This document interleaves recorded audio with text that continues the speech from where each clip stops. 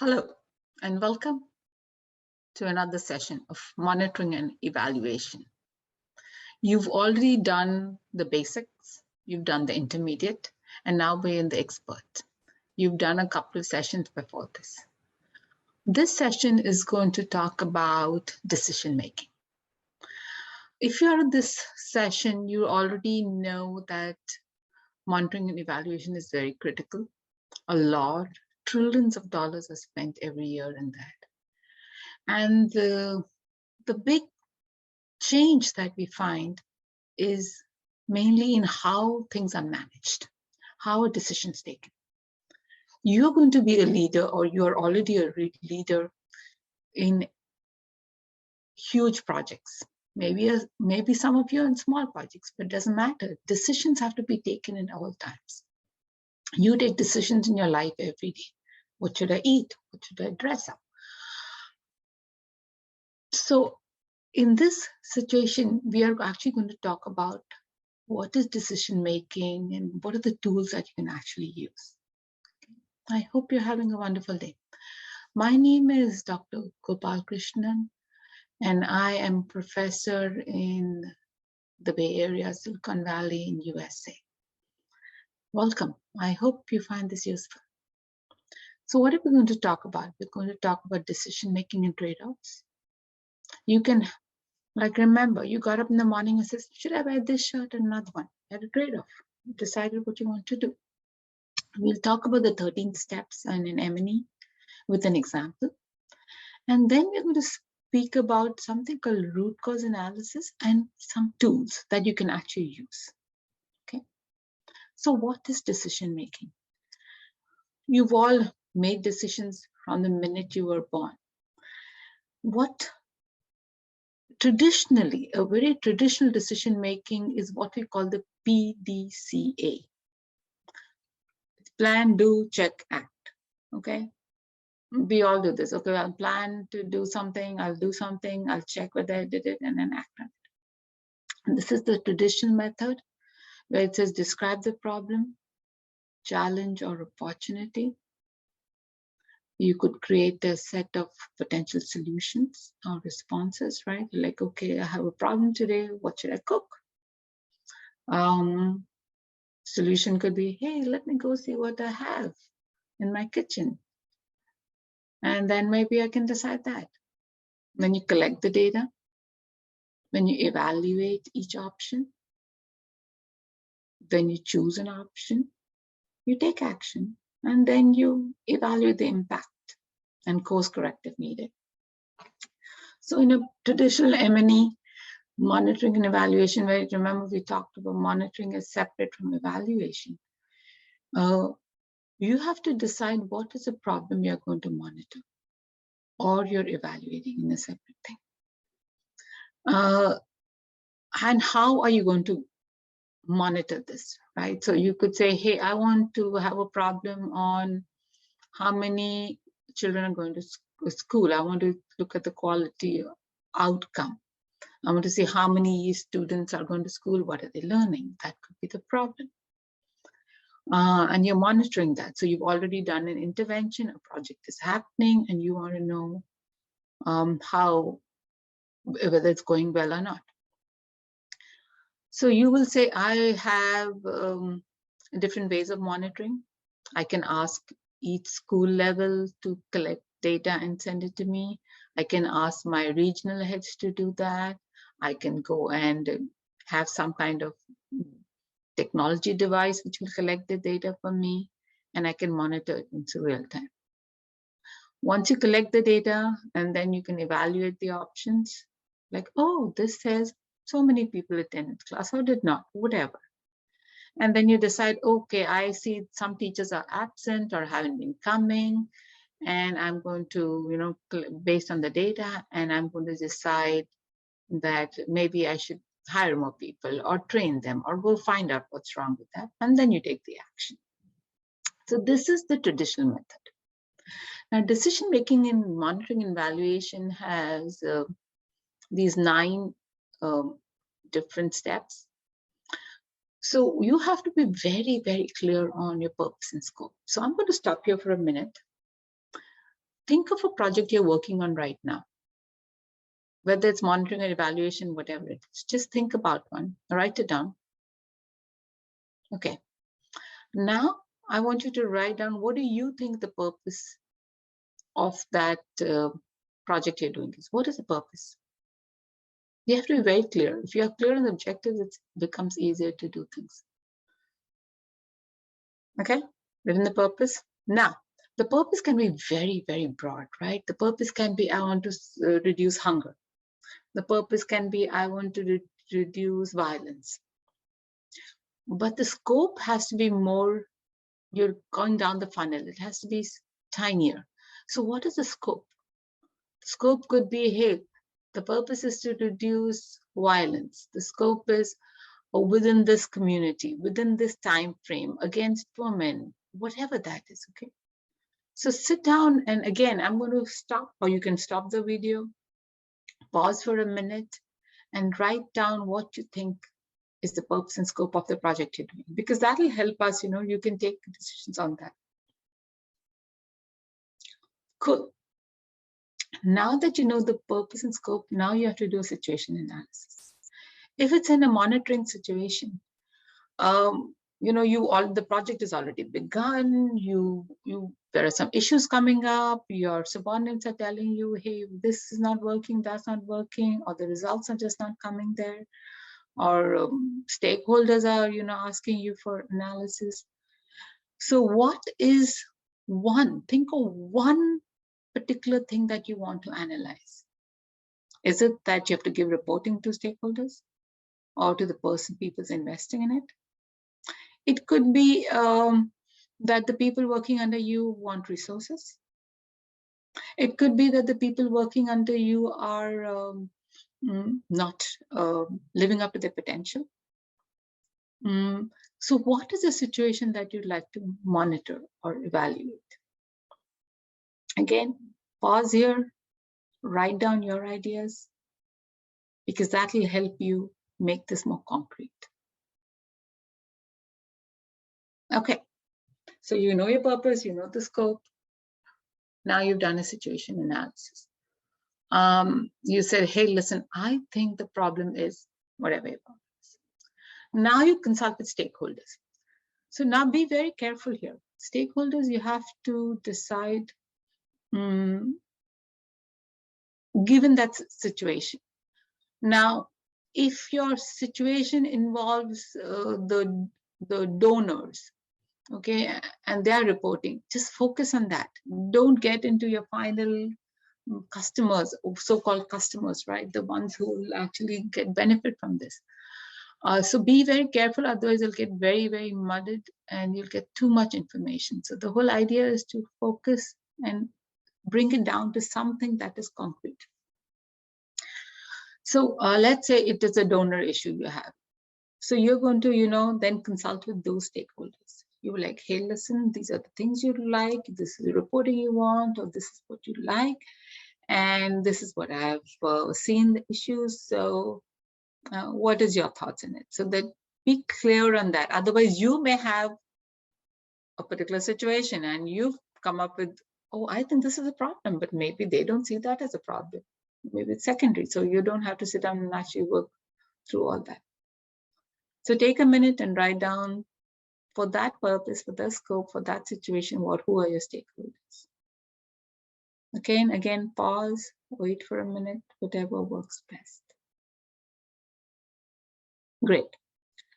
Now you identify the key levels. Okay, so what are the key levels within this situation for these stakeholders? Okay, and then select the key focus area. So again, as you see, we are narrowing it down further and further and further. So what is your key focus area? Is it that the donors want the recordings, the reporting to be better? Is it that they want the money that they have given you to, reach a particular group, or where is it stuck? Whatever that is. So now think of the focus area that you have. You want to sit and make a decision. Okay. Then you can have a template of any kind and you fill in what the details are. And now that you know exactly what you're going to focus on, which is a particular problem you're focusing on, now you work on the details. And the others are, once you've done this for one decision, you can, do the similar process for the other decisions. And then we should actually systemize this, institutionalize this, right?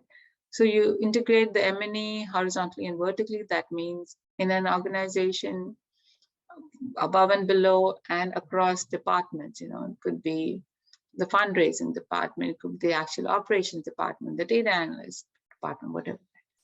And then you roll out the system. And this is iterative. So it's not like, oh, I've gone through step 1, 2, 3, 4, it works. No, you just have to go through iteratively. So this is what decision-making M&E has been. So decision-making is critical for everything that you do. Okay, so you can have the best experts in the world, you can have the biggest issues you're trying to solve and save the world, but finally it all comes to a series of tons and tons of decisions that you are trying to make, right? And that's why you as a project manager or a head of a system is very, very critical. You are the one who's going to put this entire thing together. All the experts can come and give you the advice, but finally you have to take a decision based on things. So these are some technical issues in designing an M&E. I'll just read them and then we'll go through an example, because it's easy to just talk about things, but it's better to actually see an example. So one is you have to design your planning systems, set your objectives, find indicators, very critical. Okay, I'm measuring anything, what are my indicators? That's where the data is. Your baseline information, tools, what are the tools you're going to use? Participation from all stakeholders, information discipline, the analysis and the use of data, then reporting, then how do you learn from that? How do you store the data? What are the processes you need to create, and practical issues. Okay, so these are the 13 steps you have to think about.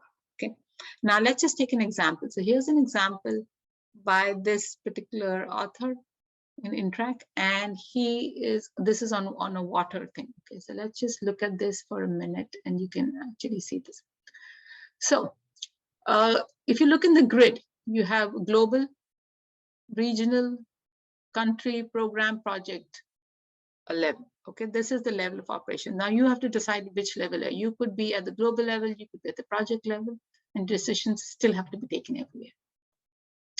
So in the planning system, it's a global strategic plan.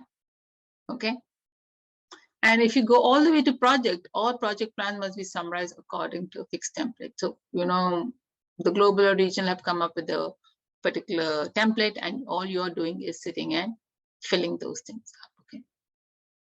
So take a minute and read the planning system and think about, in your particular thing, where are you? Are you the global, the regional, country, program, or project level? Okay, now you've decided which level you are in.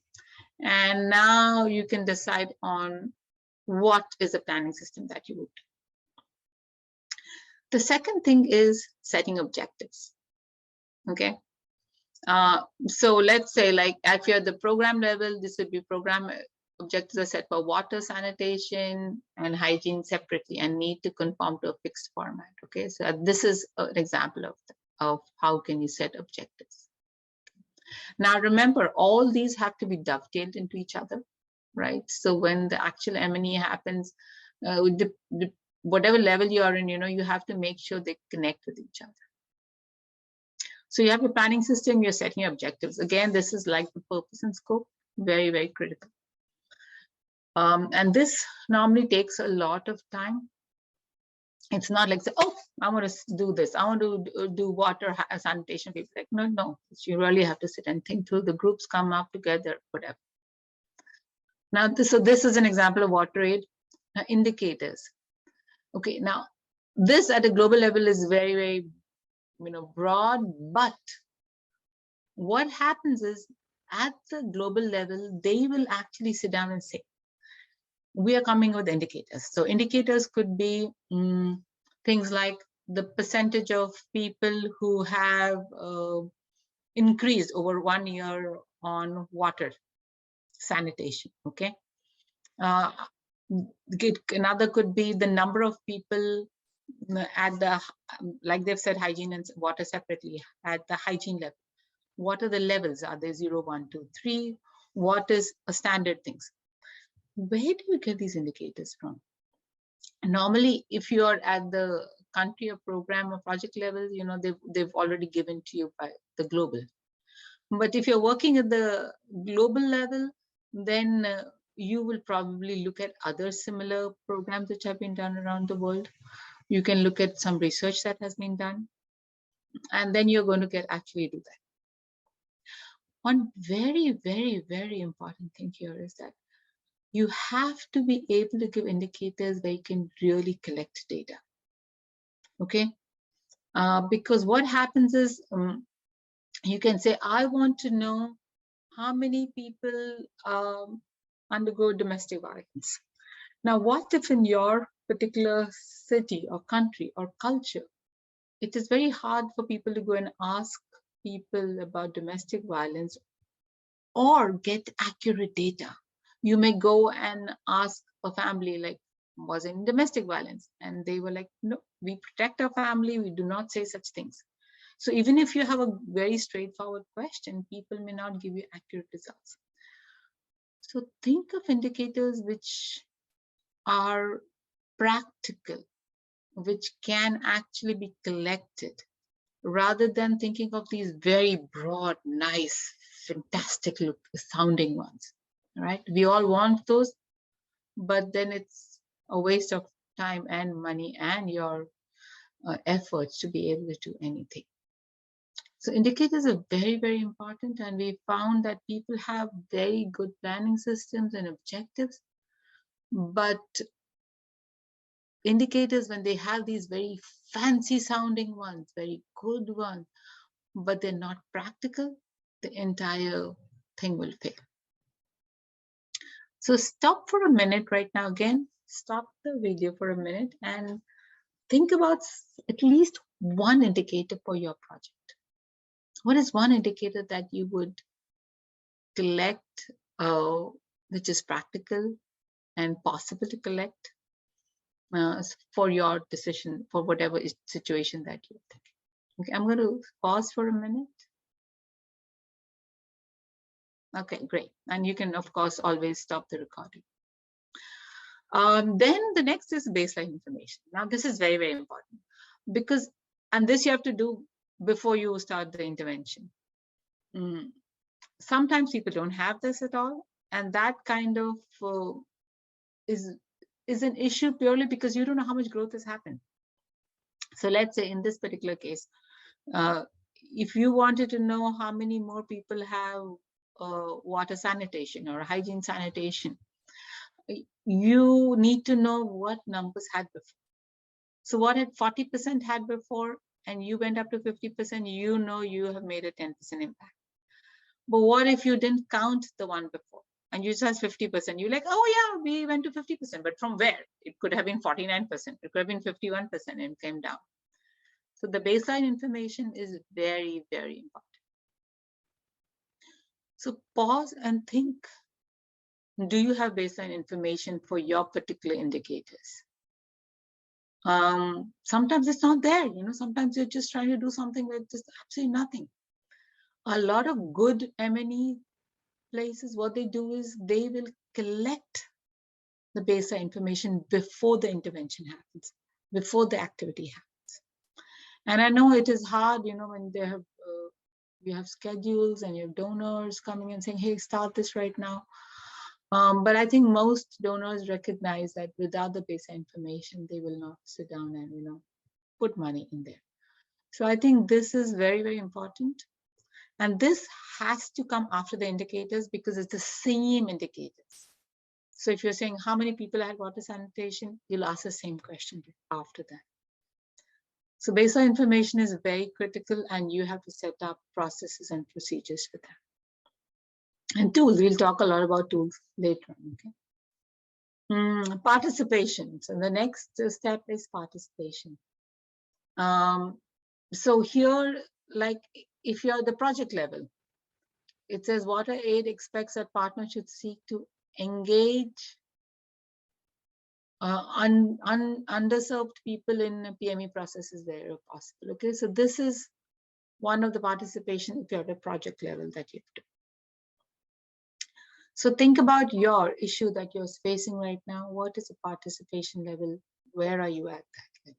Again, pause, think. I would strongly suggest write everything down. That will really help. Information disciplines, okay? The next thing is, like I said earlier, look at research studies, look back, look at what happened in your area or other, if there's nothing done in your area, look at other country programs. And, you know, evaluate them and make sure that they are consistent. Then, of course, data analysis, that's become a big thing everywhere. You know, you're all sitting in getting an entire group of people who are sitting and doing that. So the tools are all available, and you as a project manager, you do not have to worry about that. You have to have a team which does that, but you have to ask them the right questions so that they are, because they are not experts and, you know, they don't understand the big picture that you do. So you have to tell them, hey, you are using data analysis people, you're using so much of your time doing this. This is my critical thing. This is what I want. And that's where you focus. And then reports, of course. So let's say, at the country level, the countries may produce annual or 6 monthly or quarterly reports. That's going to be the next step. And then this, I like learning mechanisms a lot. So again, reports, think about at your level, how often the reports are things. So in this particular case, they said for the project level, annual project reports. And at the program level, 6 monthly reports are needed. Learning mechanisms is like, okay, we've done all this, we're getting this. How are we going to learn from whatever mistakes we've made or along the way, right? So what is that, and how do you institutionalize that? Then in WaterAid's area, data storage, where are they storing the data, right? And you have to be very, very clear on that particular thing. And then the supporting processes, this is WaterAid is saying that all regional should conform to stated principles. They should be properly maintained and inducted. System should ensure that information is analyzed at all levels. So even, you have to be able to do that. So this is what they have done. So as you can see, these are the 13 steps, and this is just an example of how WaterAid did it. You can create a template like this or anything like that works for you. Okay, so decision making has been studied for decades and thousands, hundreds of years, and people have models and all kind of things. Like I said, the PDCA was the traditional, and people still use that a lot, and that's absolutely fine. But I wanted to introduce an idea of this, what we call the Cynefin model. This model is very young, it's about 20 years old. And this was created primarily to address a big issue in decision making and project management. So this is what it looks like. Now you're like, this is crazy. But the guy who started this, David Snowden, his idea was that you have a situation, okay? There's an issue happening, and you have to figure out where the issues are. So his thing was, right in the center, this confusion. Now you're a manager, there's confusion all around, right? You're heading something. There's confusion here, right? Your job is to move into one of these things, correct? And then they give you very specific things on what you can do for each one of them. Okay. Now, So somebody, you are in a monitoring or evaluation situation, and there's trouble, and that's why they've come to you. So right now it's confusion, and you're right here. So of course, I mean, you step back, you look at what is happening, and you're like, oh, this is obvious. I've gone through this, I've done to my steps in decision making. I know what the purpose of the situation is, and this is obvious, right? And it's very tightly constrained. That means there are not too many people, too many crazy things happening. And you just follow the best practice. You have a best practice for such situation. So you're sensing it. You are the boss. You're sensing it. You categorize. Oh, okay. This is a problem for information systems, or this is a problem for operations, and this is what they're going to do, and you respond. Okay. So this is your area. This is an easy thing. You do this. Okay. Now, when you go to the next one, which is complicated, the same situation, you have assessed that it is complicated. And what you've decided is that, again, the first thing you're doing is sensing. Okay, similar here, you're sensing, you're analyzing using the tools we just talked about earlier. But what you found out, this is complicated because there are rules, constraints around that. And maybe there is a group of experts who can help you, but they are interlinked. And you will actually sit down and work with them. So you say, hey, listen, I have sensed this. This is, again, your job. You've sensed it. If you analyze the situation, and the response you give is, I think an expert is needed, and here are the experts, I'm going to help them and come. Okay.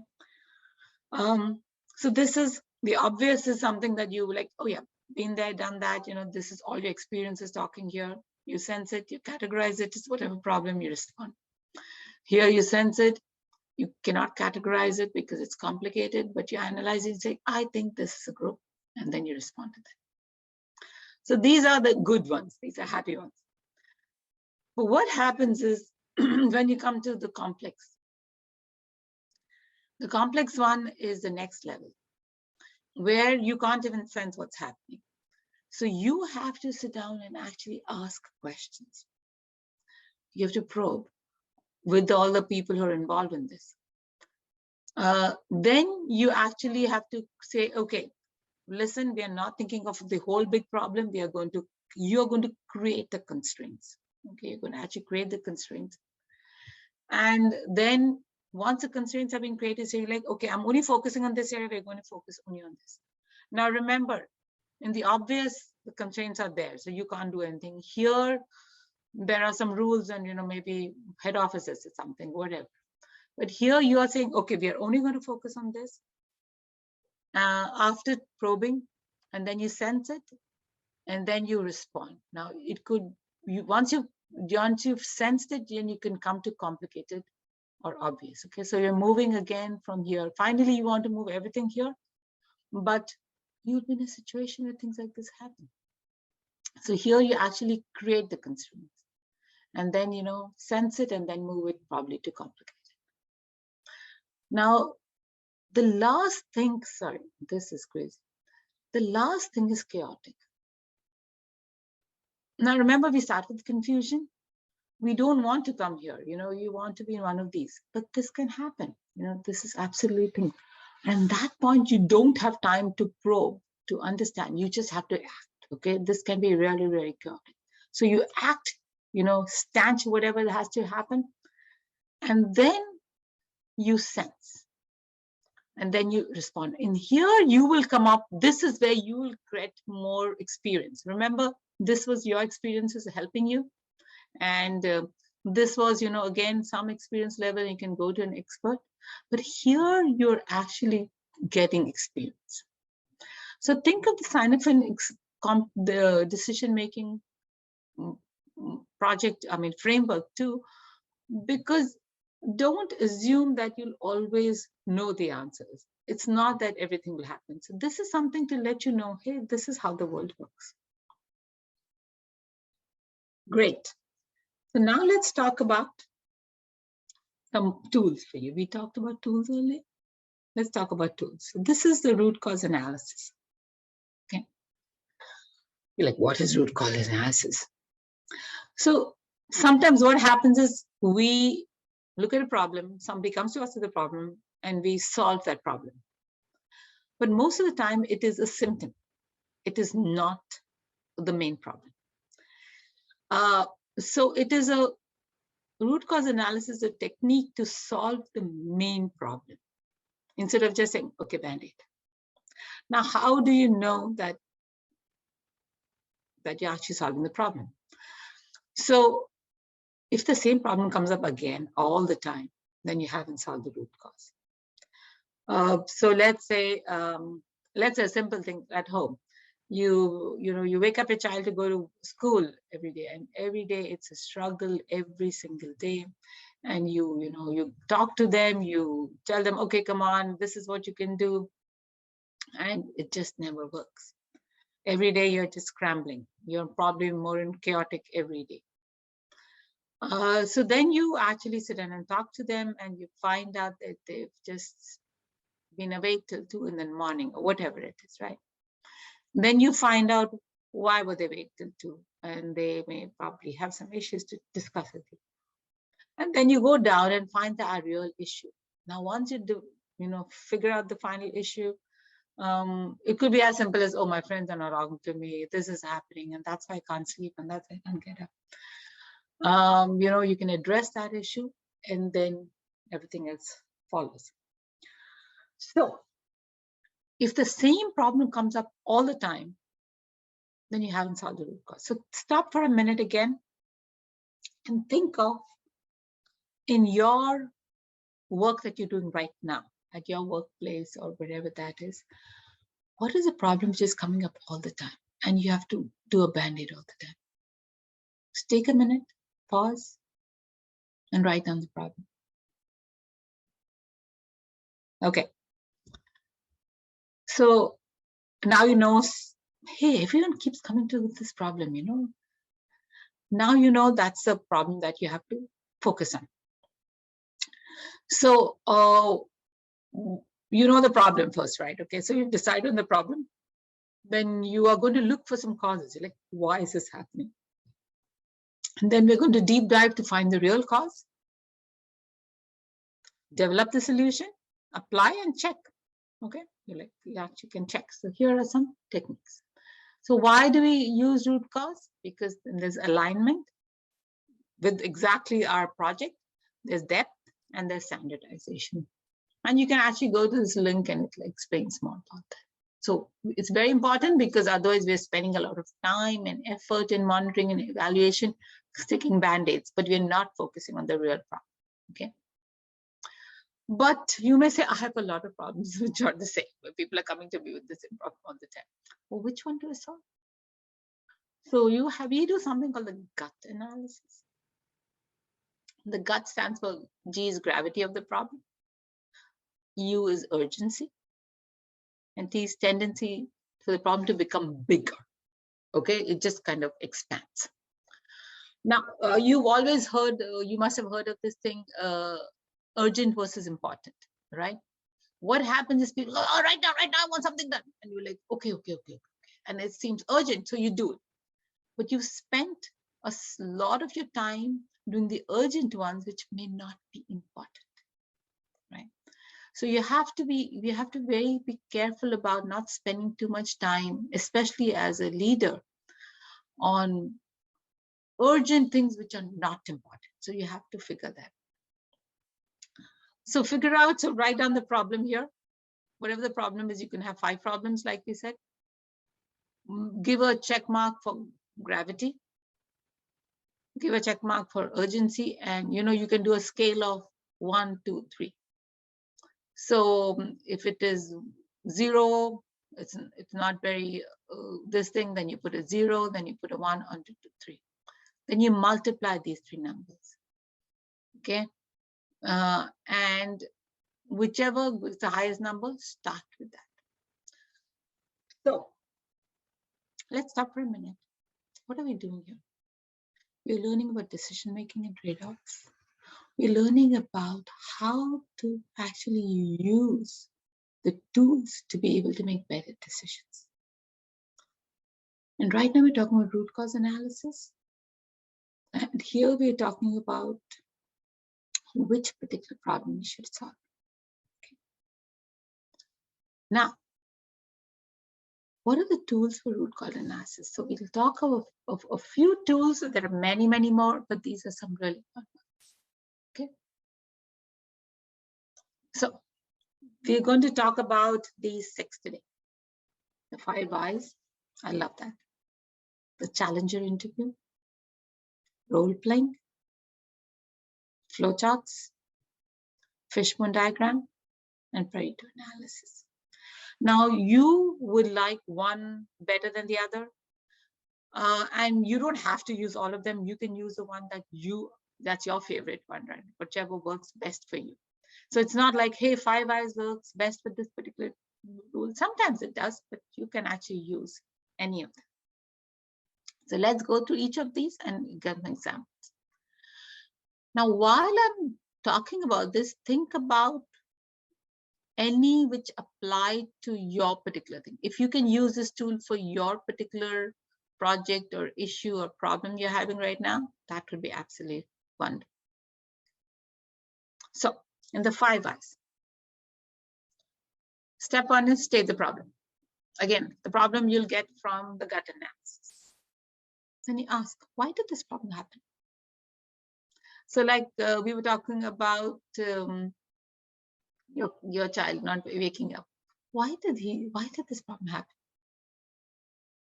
And then the answer is because they didn't sleep enough. Now you say, why did they not sleep? Okay. Then they'll say, because we had this issue with a friend. Then you ask, why did you have this issue with a friend? Okay. So it takes, keep asking the why and why till you get to the root problem. Right? It could be in an monitoring situation. Like, why are people not giving the reports? I've asked for the reports. Why aren't they giving the reports? And then you talk to them and they were like, listen, we don't have, our printers not working, or electricity went off or whatever. So let's say electricity goes up. Like, why is it, okay, why is the printer not working? You're like, oh, the cartridge was spoiled and whatever happened. Why wasn't the cartridge replaced? So they were like, oh, we forgot to order it on time. So what happened? Why did you forget to order it on time? And they can say, we were busy, we were short-staffed. And now okay, that is the reason you didn't get your report on time. Instead of just saying, hey, why didn't you give a report on time? This is stupid, this is bad. And then they'll work hard. So this is how you actually use 5 whys. I love this. You can use it for anything in your life too, but it's very, very important for M&E. This was started by an engineer in Toyota, and they said, people would come them with the problems, and every time the same problems. And so he said, do not come to me with, unless you say, why is this happening? Why? 5 times. Okay. So then the next one, let's take a pause. The next one is what we call the challenge interview. So last time we said, last thing was 5 whys. Why is this problem? Why did it happen? And go on and on.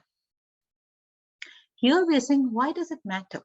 So we're stepping back to think of what is the main issue. Okay, again. So make sure when you have this problem and you have your group of people who you're working with, make sure that they restate the problem so that all of you are on the same page. Otherwise, you're like, oh, this is my problem. That was it. No, that's not the problem. So make sure you're on the same page with the same problem. And then you ask, why is the problem important? And you don't say, why do you think your problem is important? You're like, no, why do you think this problem is important? So somebody obviously, a subordinate will come with some problem and say, this is important. And you said, oh, I hear you. So in step 1, he's like, I hear this is a problem. Why do you think it's important? And don't literally your voice, the way you speak will become very, very important. Then when they have the reason, say, why is it critical? Why is it so critical that this is important? And then keep asking. It's like you're challenging them, but in a very positive way. And then iterate a few times till you find the real motivations. Okay. So stop again for a minute. Think about a problem that you are facing right now. And think about, why do you think it's important? And why is it critical? Okay. Welcome back. The next situation is what we call role playing. In role playing, it helps you empathize with the next group. Okay. So, so you can choose a person who will probably have this issue, a real person in your group, or you can just, you don't know, if you don't want to, pick on somebody, you can actually say like a particular kind of person, at a role, at a particular role. Okay. So first you do that. Okay. Now you write down what the personality of this person is, what is their outlook, why are they doing this job for you, what are the incentives, what are the issues they have. Maybe they could be personal, it could be work related, whatever it is. Think as much as you can. You've interacted with them, they work with you. What are their motivations? Heard things from them. Whatever you can, write it down. Personality types, are they aggressive? Are they quiet? Are they unassuming? What is it? Then the problem that you have, describe the situation. Okay. So let's say somebody comes to you and says, hey, listen, you had asked us to collect the data, but I've asked those people and they're just not doing it. So then you list the issue, the setting, and everyone involved in that. Then you think, okay, I am not the leader, but I am that person. I have gone, so let's say you decided this person is a very quiet person. I have become that quiet person. I have gone to all the people and asked them to give the reports. And they said, they just ignored me. Now, because I'm a quiet person, I cannot push because of a personality type. Okay, so now become that character, and then you understand how you actually sit down, how will that person behave. Now you're going to behave as that person, and they try to solve the problem. It is, you are a different personality type, and you will not push, you will not ask. So therefore, how do they solve it? How will they solve it? So once you can empathize with them, this is like acting, okay? When you empathize with them, you can actually say, oh, okay, I see this is what's happening. And then you can probably come up with a better solution. So take a minute, think of who is coming with these problems again, and who you could become, which kind of role play you could do. Again, pause for a minute and, okay. To the next one, a flowchart. Flowchart helps you get to the root cause by following the process. Okay. So the most important part in the flowchart is you have to think of all the steps and decision points. Decision points very going to take the decision. You start at the beginning, end at the end, and then you create all the branches. Okay. Always ask somebody to check. So this is what it could look like. Okay. So it could be a proposal identification, the screening, right? So it could be initial environmental examination. They said you don't need any, done. Your decision is done. EIA required, then you do scoping. Then you're like, oh, it's a public involved? Yes or no. Okay. Impact analysis. And then so on and so forth. So for every time there will be a decision, like a yes or no, correct? And then you say approve, not approve. These are the flowchart things. And then you say Not approved, you have to do that. Approved, you do this. If this happens, what happens? So this is a simple flowchart. You can draw, using tools, or you can just draw it with your hand and say, I am going through each process. What is the first thing? What's my issue that I'm having? What's the problem? And then I go through, okay, here decision, here decision, decision. Could be big, it can be small, it can be 2 levels or whatever it is.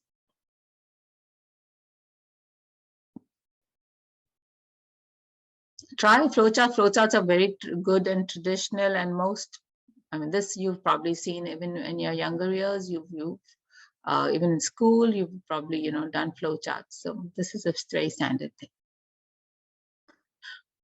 There's another one called the fishbone diagram or Ishikawa diagram.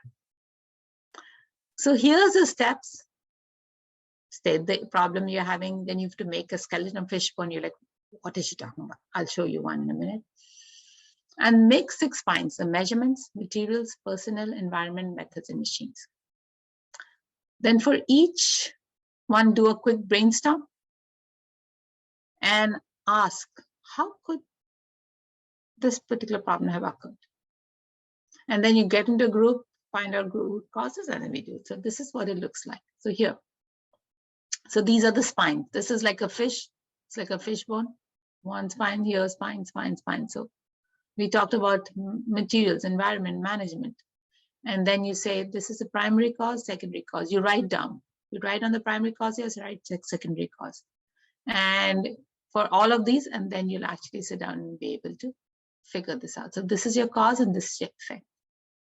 So Ishikawa diagrams are very, very powerful, especially when you can break down things and actually attribute things. And then you'll actually find out what is the root cause.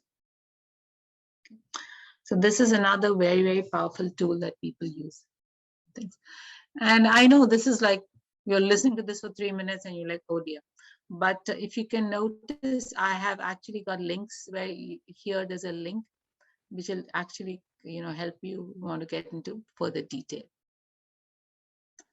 The last one we're talking about is Pareto analysis. This is very, very standard in management decision making. What it says is 80% of the results are caused by 20% of the factors. Sometimes it could be people, it could be resources, but they said it's an 80-20 rule. The 80-20 rule is very, very, very powerful. You take care of 20% and 80% of the work will get done. So how you do this is you find a goal that this is, let's say, for a goal we didn't achieve. What are the possible causes for not achieving it? And then you decide how critical these are. Okay. And how often does it happen? And then you list the data with the most frequent. And then you just do some percentages and you create a graph. And there are software which will do this for you. Now what happens is, so you've got a list of problems, which one are critical or not. And then you find the problems and then you add them. The top 80% are the ones you have to focus on. Okay. So here's an example. Why did you come late to work? Okay. So you ask people, they'll tell you. Okay. So you go back to this and what are the possible causes? And you list them out. Okay. So one could be traffic, childcare, public transportation, weather, overslept, emergency. Okay. So what you're going to do is you're going to see, look at the 20% mark here, right? With traffic and childcare, right? So these are the numbers, these are the percentages.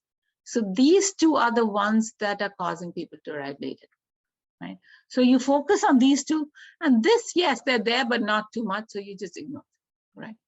And that's all that is. So it is just when focusing on those particular things. Okay. So what we've done so far is you've learned different ways of how decision making is done. We've provided you some tools. Very important is don't, which are, you're finding band-aids to a solution, find the root cause. And we gave you a couple of tools to find the root cause. And as a team leader, you have to lead. People are going to follow your vision, okay? But they all want decisions. And M&E decisions are important as a project manager for things to move forward. You know, you can have all the experts in the world who will tell you how to clean water and how to do this. But finally, to get things done, that's your job, right? And so decisions need to be made. And I hope that these tools can help you make better decisions. So what is the conclusion? That complex M&E requires decision making, and finding the root cause is critical, because then you can save all that time to actually do good, create new projects and do good work rather than just doing band-aid work. And choose the right tool to make good decisions. Thank you so much for listening. I hope this is useful.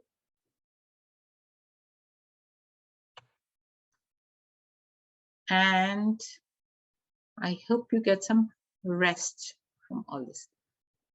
Apply this to your projects, and I hope it works. Hello, I hope you're having a wonderful day. Welcome to another session on monitoring and evaluation, decision making. So far, you have studied a lot. You've gone through basic statistics, you've gone through some kind of programming maybe, you've gone through intermediate, basic, M&E, and now you're in the expert thing. So obviously you're very experienced and you have a lot of information. So today we're going to talk about how can we use data for statistical analysis for good decision making. As we've seen in the earlier modules, you know, decision making is critical, and without decision making, you really cannot move forward in any project. You could have the experts, best knowledge, but if you don't have good project managers like all of you, you will not be able to make decisions and move the project along.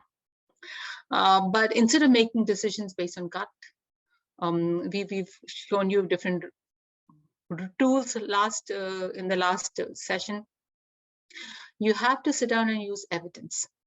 Evidence is critical because otherwise you're just making decisions based on what I feel like, or oh, I knew this, maybe based on you know, some anecdote that you've heard. So we are going to be talking about how to use data and solid evidence to make decisions. Okay. Again, anytime during the session, if you need to pause and think of something, pause it anytime. You are in control. Welcome. So what are we going to talk about today? We're going to talk about data decision making. We are going to talk about collecting and cleaning data. How do you analyze data? And then, of course, we conclude. So, like I mentioned, in order to monitor projects effectively, data needs to be collected and analyzed, right? But it's very important to figure out what data are we collecting. I can collect a lot of data and it may be all useless, but you have to be very careful about what is the right kind of data. The right indicators are very, very critical, and is as much an art as a science. And we'll explain and we'll show you some examples. We have talked about critical indicators in the earlier PowerPoints, in the earlier sessions that you have done. So let's take an example. Let's say you have project in education and your intervention is about training teachers. What indicators would be important to monitor? What do you think? Take a minute, think. I have a project and I'm going to be training teachers. So I am sure all of you will come up with different ideas, and none of them are wrong. You have to decide what is objective of your project, and based off that, what is the right indicator that we use. So I'm going to pause for a minute here and think of what the indicators are. Okay, let's go forward. So my question was, what indicators would be important? Maybe it can be number of teachers trained. That's the output. Remember, we talked, I'm sure you've learned the difference between output and outcome. Now, let's say you have trained 1,000 teachers, but really they've not learned a lot. We can all learn. Like, let's say if you're taking this particular training, you're not listening half the time, you're doing something because you're busy, you're important in other things. It's not that you're not interested. And nothing really gets absorbed. But a lot of people will use that, and that is what we call output. But really, we are worried about outcome. Maybe what is the quality of teacher training? And how do you assess that? That's very important. Quality is very, very subjective, but you have to get on numbers. So you have to, again, go back, root cause. Remember, we do root cause? And what are we trying to do with this intervention of teacher training? What is our main objective? Is it to improve the quality of just teacher training, or the number of students who pass or learn? What is your actual outcome that you desire? And like I said, for each project, it'll be very, very different. So you have to decide, or your person who's giving you donation, or your project head, a global head, will decide what is important to monitor. Monitoring takes time, effort, as you know. So you cannot say, hey, listen, let me collect data on everything. There's a cost-benefit trade-off, right? You start collecting data, you will just get into analysis paralysis mode and no decision will be taken. So be very careful. Think critically. It is much more important to spend 50 to 70% of your time thinking of the right problem and the right outcome you're measuring. Measuring and doing the work in analysis should not take so much of your time. In 2022, we have enough tools to do analysis very fast. Reporting, prettiness, all those PowerPoints can be made very, very fast. Technology can do that. So far, technology hasn't managed to think. So if you can enable yourself to think critically, what are the indicators? So like I said, it could be number of teachers trained, which is an output, which it's very easy, but it's not very effective. It could be outcome, quality of teacher training. What kind of quality are you going to decide? It could be, hey, number of students who pass a particular test. So that could be a proxy for quality. A lot of people do number of courses planned, executed, completed on time, or number of trainers, qualifications of trainers. But these are, again, more output-based, but start thinking of outcome-based. Again, you don't have to use output or outcome, use what your project needs, okay? But think critically. For your particular project, what does it need? What is the outcome? If people are giving a lot of money to say, let's reduce AIDS, you cannot say, I gave 1 million medicine, I distributed medicine to 1 million people. What if they never took the medicine? What if there was no follow-up? What if the AIDS thing did not reduce? So this is, again, output-based versus outcome. As humans, it's easy to do output, very easy, and we're like, oh yeah, done, I did it. But really, you have to, finally, in that case, you have to reduce the number of people who get AIDS. So maybe the number of people who die of AIDS, number of people who come to hospital from AIDS have reduced. Those are probably better critical indicators. So think critically about what your critical indicators are, because believe me, people spend months, money, people, resources on the wrong things. And then after a year or two, like, I did so much work, but I did work that people went to the field and did it and nothing happened. Because people are like, but this is not what we want. So I would suggest spend a lot of time thinking ahead. Here's an example of how in this BRAC AFLE program, they are going to use data. Okay, and here is the link from where we got this. So the objective was to identify map social structures, and to build trust. And of course, they wanted to engage community about the AFLE program. So the key indicators they decided was who participates in the program and what is their level of participation. What is the number of mapping activities? Now remember, this is more output, but they wanted to cover that. Tell me, look at this one. Number of group discussions held. Is it output or outcome? Definitely output, right? This part, and content of substance of discussion could lead to outcome. This is definitely outcome. But how do you actually collect trust? How would you collect that? It's very nice to write about it, but how do you actually sit down and collect it is something you have to think about. Concerns raised, good, that's a good indicator. Ideas generated, problems. And they said, how are we going to get this? Different methods were, they were just going to review old documents and records. They were going to actually do interviews also. So secondary research by looking at old documents, interviews and group discussions, which are primary. So they were doing both. And you can see where are the data sources, project documents, community leaders, parents, committee. So when you are actually sitting and deciding where I'm going to collect data from, this kind of structure or framework will be very good. Have the program objectives, have the key indicators, what methods are you going to use, where is the data going to come from? And then of course, the last one will be your statistical analysis, and you're just doing descriptive things. Now remember, for most really powerful, very powerful monitoring and evaluation, you don't need sophisticated statistics. Simple counts, percentages are enough.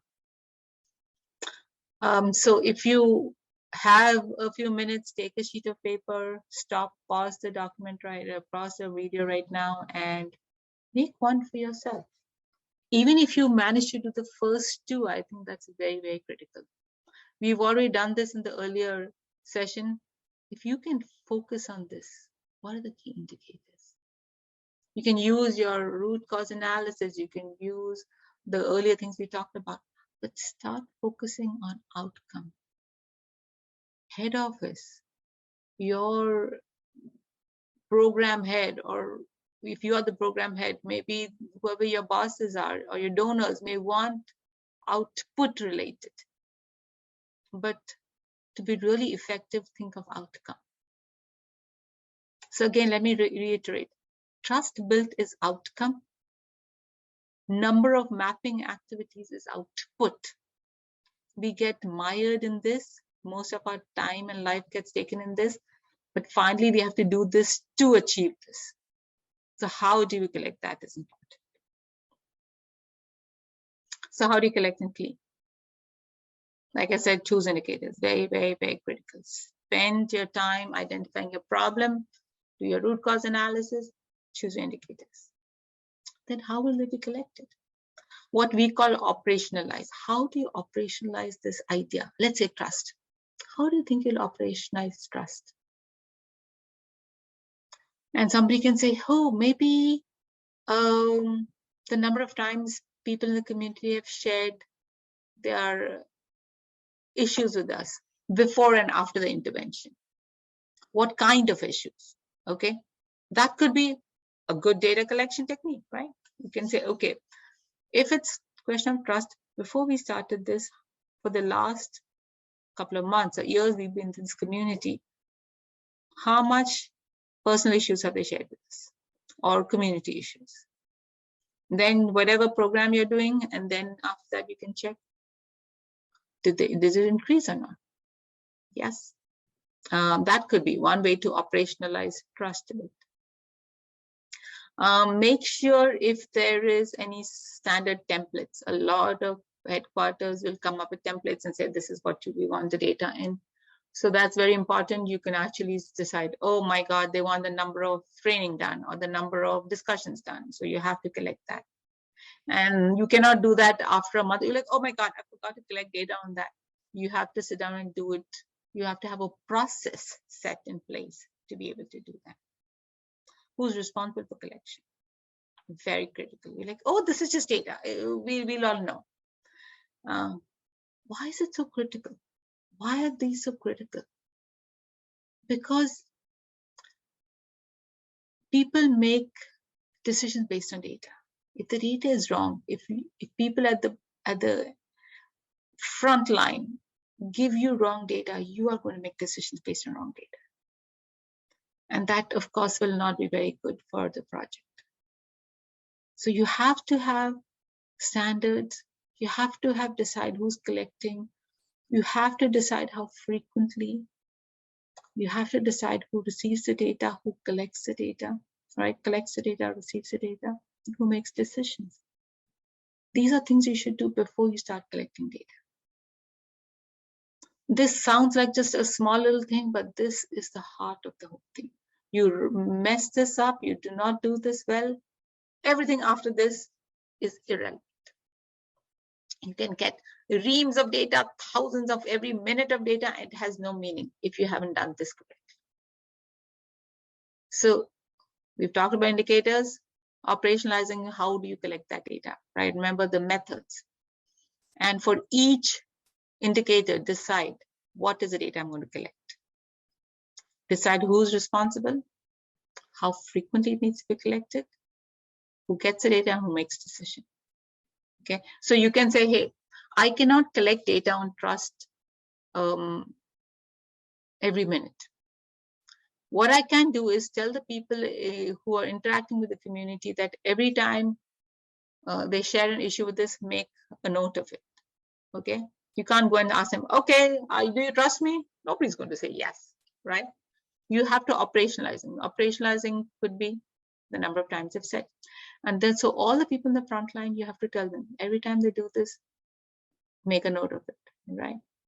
Write down the actual issue they said so that you can go and do an audit if needed. And then maybe at the end of the day, collect that data, put it together in some kind of template and forward it. So for monitoring and evaluation, there are two kinds of data collection. One is project monitoring. And then, of course, groups who are receiving the intervention, right? So are the teachers being trained? Are the patients who are getting AIDS treatment? Those are the groups who are receiving the intervention. And project monitoring is, of course, your how many people are working here, who was working, who doesn't come. That's a different thing which you have done. For an actual program, so let's say you're giving services to maybe 10,000 people. You probably cannot collect data on evaluation from all of them. So you will actually do a sample. Yes, and there are techniques, statistical techniques to decide what samples there are. And in most of the projects you'll be working, there will be guidance on what that is. It's a very straightforward thing, but you have to be able to do that. Why do we have a sample? Because let's say you've given a service to 10,000 people. If you go and collect data from all of them, you will not be doing work on the actual intervention that you're doing, but you'll probably spend more time collecting data. So we collect from a sample of people, maybe 200 or 300, depending on various rules. And that will actually give you a snapshot for the project. But, again, the big but, very, very critical is a sample has to be represented. So you cannot just take, hey, listen, I'm going to take, all these people are in my village. It's so easy. I don't want to go to 10 different villages. That will be totally wrong because it'll give you a skewed view. So you have to make sure it's a random sample in order for this to work. And again, I'm sure you learned that in basic statistics courses. Randomness, very important. If you do not have random samples, again, you're wasting your time collecting data and making decisions of it. As a project manager, as an M&E expert, never make decisions based on data which you don't know how it's being collected. When you get data, you say, okay, great, thank you so much for this data. Where did you get it? How did you collect it? Okay, what was the critical indicators? What is the program objective? You have to know these things before you look at the data. So let's say I give you some data And I asked you to make a decision of should we continue, was it effective, or whatever it is. And so you're going to ask me, how many people was this data from? They'll tell you. Ask them, how was the sample collected? Was it random or not? So what is the program objective? After they tell you the program objective, check whether the indicators and the program objective match, right? So like I said, it could be, I want to improve the quality of student education.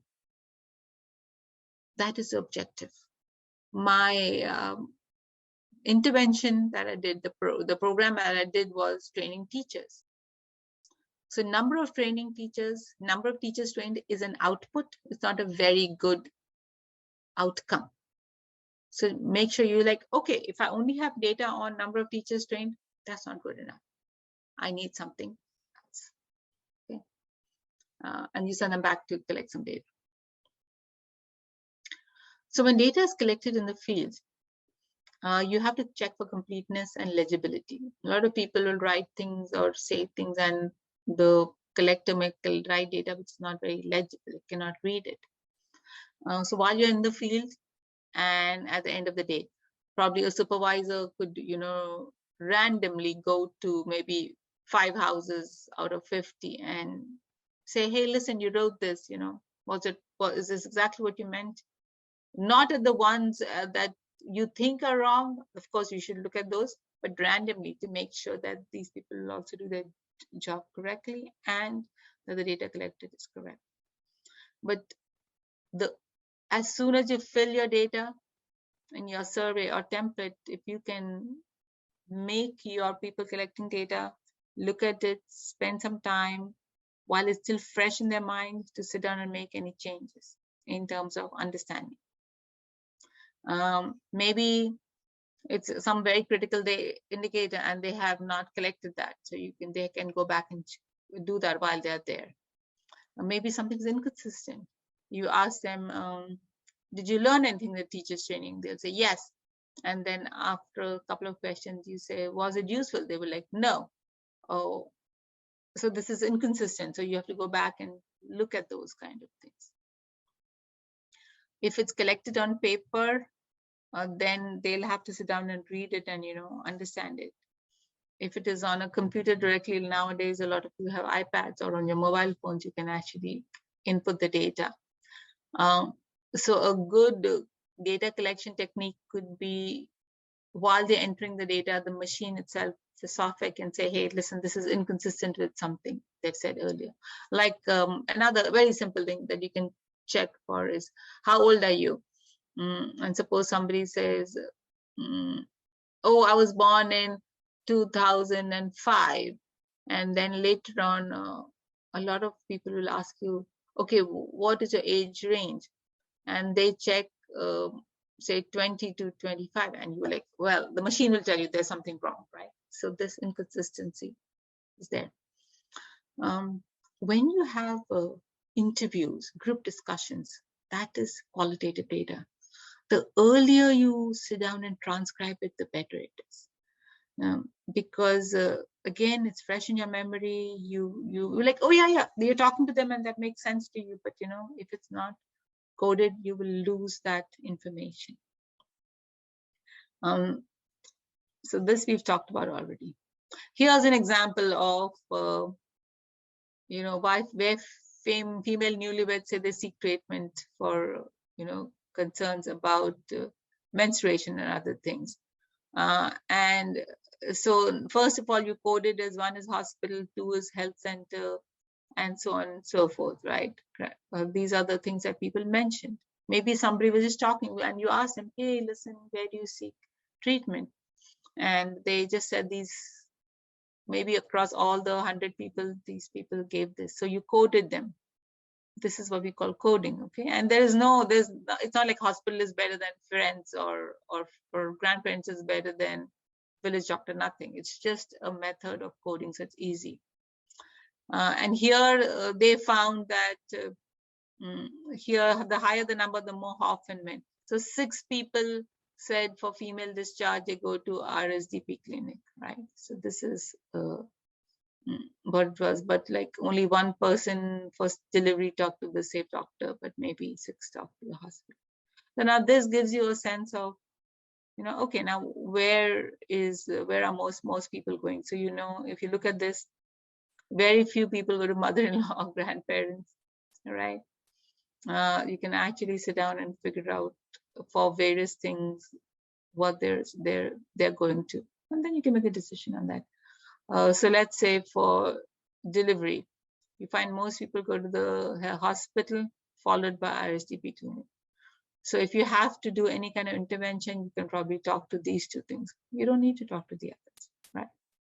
Or something like tetanus in the mother, only the THC and the RSDP clinic, that's it. But this could help you to make a decision about where you want to do the intervention. So like I said, so far what we've learned is about 60 to 70% of your time for data collection should cover all those aspects: the structure, the format, what is the outcome. And I've seen this in many, many projects. The more people spend time on all the statistics, they think statistics is very fancy and all that, and less time is spent on the thinking. And it is a disaster, millions and billions we've seen, in World Bank projects, USAID projects, which are just being wasted because of bad data collection, bad thinking about the critical indicator. So really, spend. And there are books on this, but the basic thing is common sense, and you know what you want. You know the program objective. You are the boss there. You know what is the best way to do an outcome versus an output, and you will be able to do that. But the second part is, of course, the process. Set the process up so the data is clean, there's integrity in the data, and is collected. Now we come to analyze data. Traditionally, most people spend time on this. Earlier, we didn't have software, which is very good. You had to do things by hand, so you spent a lot of time. But in today's world, everything's fast. I can collect the data and within a minute get the results. So this is not a big deal, but we'll spend some time talking about it. Okay, so let's talk about 3 little things. One is baseline. When you're collecting data on demographics, what demographics should we collect data on? Think of some. Come, think of some demographics that you think. I'm going to pause for a minute. Oh, actually, let me tell you what demographics are. If you're unfamiliar, it's basically any information about the group which describes the group in terms of age, gender, where they live, income levels, and stuff like that. So for your particular project, think of some demographics. Okay. I hope you've thought of some. You can pause it and think for a minute. The standard ones are gender. Now, in today's, again, world 2022, in most countries, they will ask you male, female, or other, okay? Because in a lot of countries, they have many different kinds of genders. At the minimum, you should ask 3. If you only ask male and female, then the people who are not male or female, they don't know what to do. You've lost that data, okay? So whenever you're creating those questions, make sure that you think of all the outcomes possible. Okay? So definitely ask gender, ask for education levels, ask for socioeconomic levels, ask for city, state, any kind of geography, and of course, whatever is important for your particular study. So the baseline is always asked at demographics and frequency of specific behaviors. What are you trying to achieve?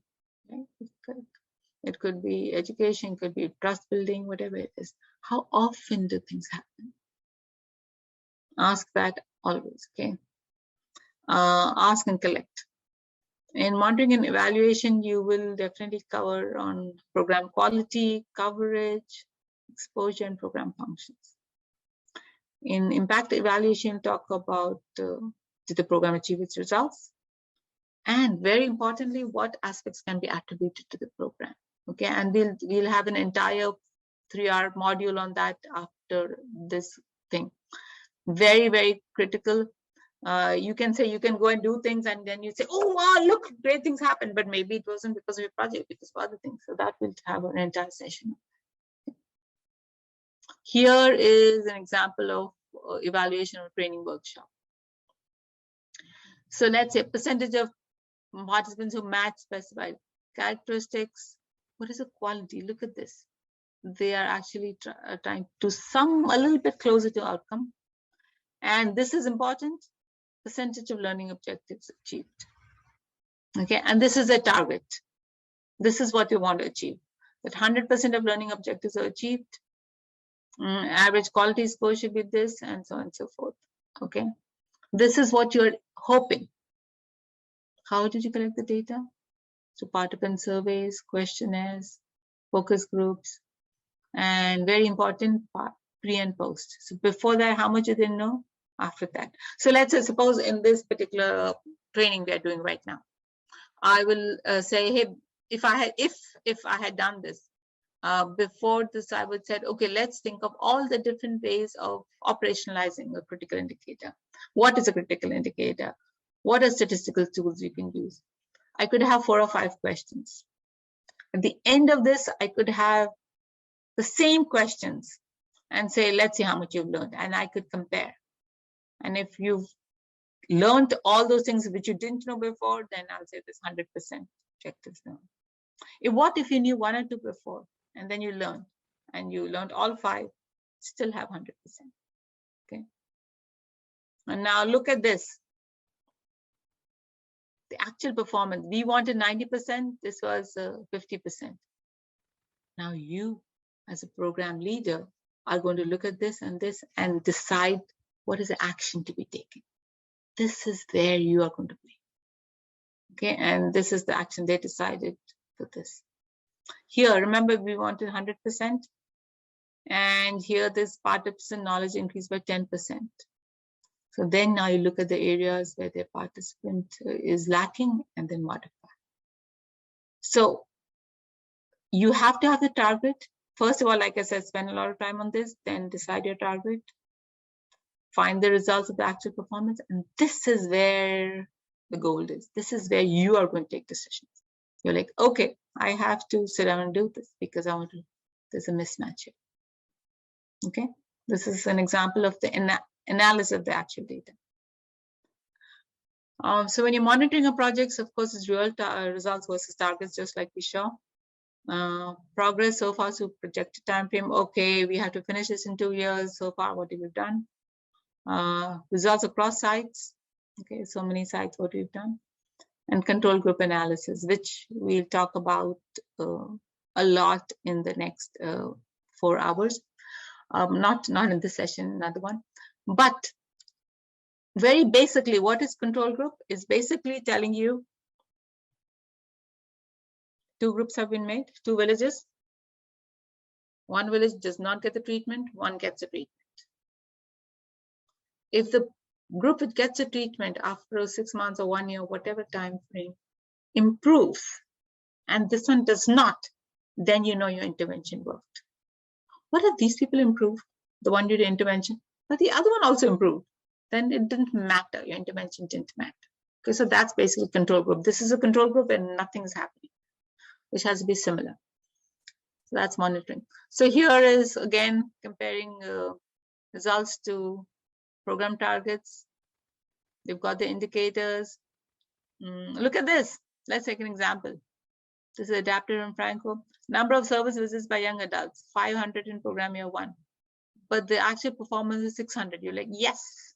And all you've done is 600 divided by 500, you get 120%. But look at this, because if you achieve this target, you don't have to take any action. So indicator, this is a target that you or your HO will decide, headquarters will decide. Where are you collecting data from? What is the performance? And here they've given a percentage of target achieved, right? And here this is 67%. So you're like, okay, I assign high staff priority. This is a decision you have taken based on data, based on statistical data. This is basic, just percentages, no big fancy, things that we are asking people to do. So this is exactly what you are going to sitting and be doing as a researcher, as a researcher for monitoring these products. Okay, so don't ever sit down and worry about very fancy statistics. All you are going to do this, but based on this, you can actually work on this, because you will not work on this. You will not work as this. Okay, if you didn't have this, somebody would have just come and said, hey, you know what, I don't see too many people today, and you were like, oh, I'm worrying about this. But now you don't have to. Now, in addition to surveys and questionnaires, you can collect frequency, qualitative data. And what happens is, it could be a yes, no. How many times did people come to the program? How many times they did not, or did you learn anything as a aspect of this training? Yes or no. This is just a category, okay? And there's no numbers, you cannot do this, but you can count and say 40% of people learned something, 60% did not. That's how you do it. Sometimes when people are just talking, there's a lot of data and information coming from talking. They're just talking to you. And you can actually listen to their talking, and you can find across people there's a pattern happening, right? You're like, oh, everyone seems to be saying this, right? So you find that pattern and then you code it, just like we showed you the coding earlier, right? The pattern was, whom do you go to help? And they're like, oh, most people go to the hospital. Okay, that's how you code it. So you can either code it or you can find themes. Qualitative data, and I'm sure there must be a session entirely on this. You can figure out how to get themes. It's like a huge, big thing. Very powerful in M&E, qualitative data, because just making people fill up numbers is not enough. Figuring out what they're saying is important. Now, you've got those data, you've analyzed it, but how do you present it? They have various methods, and you learned it in a couple in the earlier things, and you probably learn some in later ones or not. One could be a case study, okay, it could be a particular person, and you're like, okay, this is what happened with them. It could be process analysis, how this entire process moved, with flow charts, which you talked about last time, and could be a taxonomy of listings. Here is analysis, okay? This is like a case study, a process analysis, okay? Here, take about a couple of minutes and just read this, and you can stop the video and stop here. Here was identification mapping of social structures. This was how they did this through program documents. Building trust with the community, and like we said earlier, they did it with some parents and community leaders. They did in-depth interviews, and then they found data that this committee holds monthly parents meetings, and these AFLE curriculum was presented, okay, and parents reported to give a positive impression. So you're basically summarizing the whole thing. They also said the interviews revealed that Muslim leader teachers' advocacy of the program built community trust, right? And how you actually do this in qualitative, you actually give a quote. So here they said, we made clear to the community that if there was anything against our religion, we would omit those things, as we do not need them. After going through the curriculum, we found nothing anti-religious.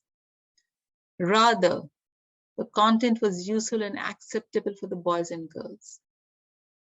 The Bragg School is doing very praiseworthy work for the community.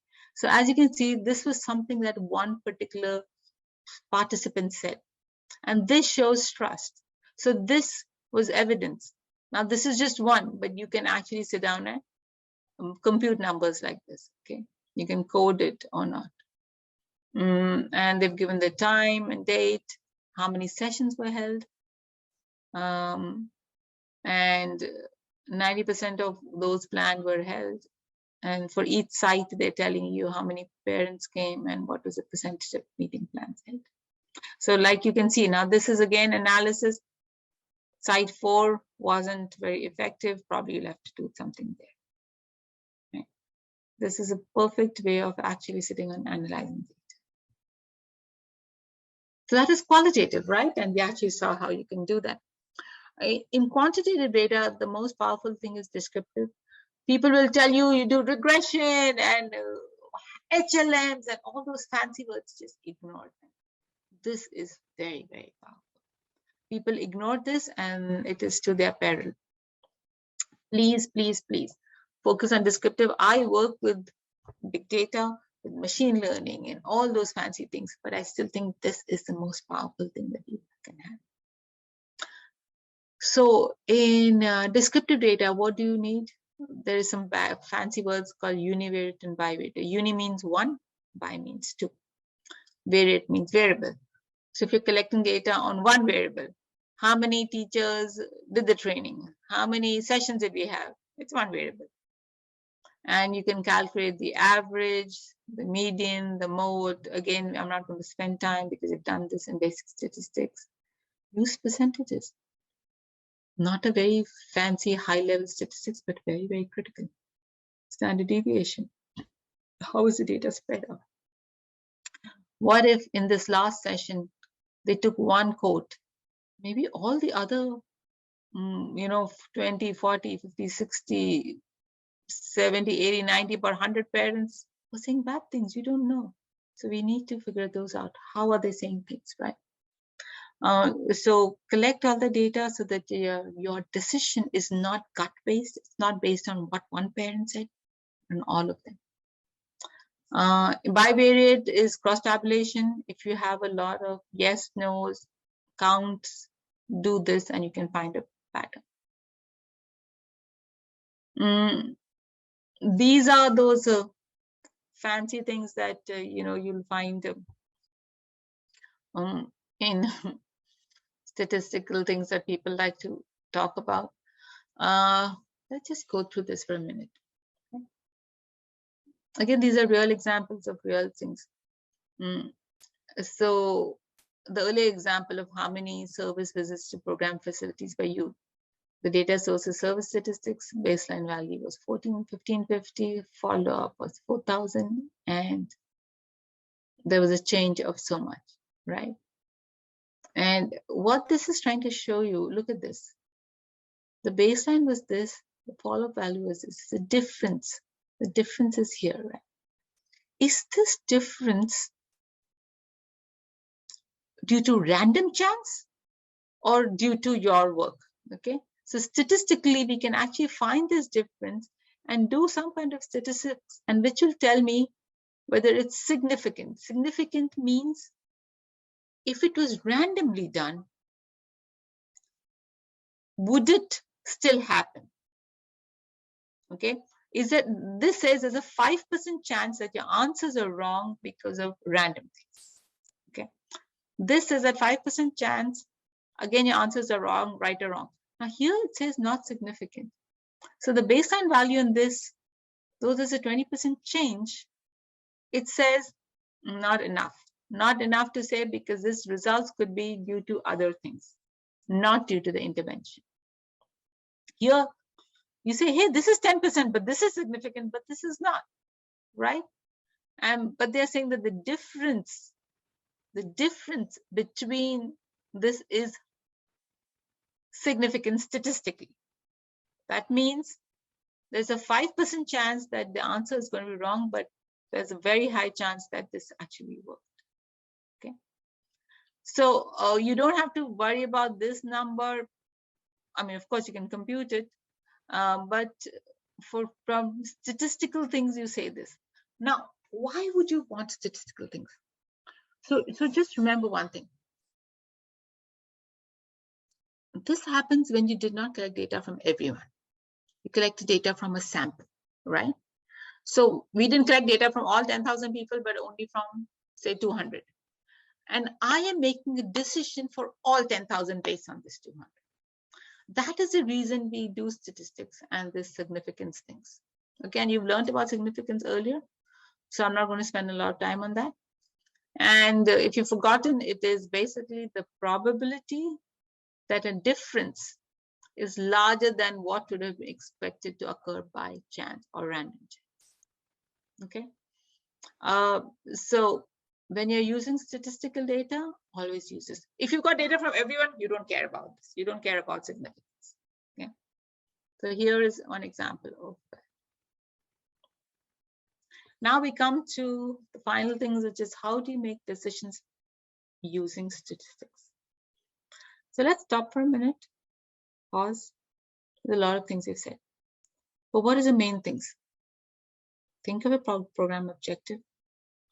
Very critically, spend a lot of time thinking of the indicator for that particular objective. Distinguish between output and outcome. Output is easy, but not as powerful. Figure out the right indicator. Figure out where you're collecting the data from, who's responsible, how frequently. Then think about how you're going to analyze that data and what are you going to do with it? What is action? Finally, as a statistician, I can give you a lot of data, but finally you have to convert that into some actionable insight. And that's the whole idea. You take decision-making and use statistics. Don't ever, I tell all my people I've trained, ever listen to the computer people and the statistics people and say, it can't be done. Everything can be done. Say, I'm in charge here to achieve a program objective. This happens, so figure out a way. Okay, it can all be done. So whatever you think is critical, make it happen. So the big thing here is obviously always actionable insights. Your analysis should be geared towards actions. Do not let people make you collect data which is just put in a file and nothing is done with it. That is a waste of money, time, resources. So therefore, after the fact, it's very easy to say, oh no, you should have done this. Why didn't you collect data on this? But very critically, spend hours and weeks, I don't care. We actually sit down and get the critical indicators correctly. Einstein had a very, very famous quote. If I had 60 minutes on a problem, I would spend 55 minutes creating the right problem. I would spend 55 out of 60 minutes finalizing the problem. That's what he said. Imagine, because he says, if I ask the right problem, the solution is there right there. And this is true of indicators too. If you ask the right questions and then collect the right data, you will have good decision-making data.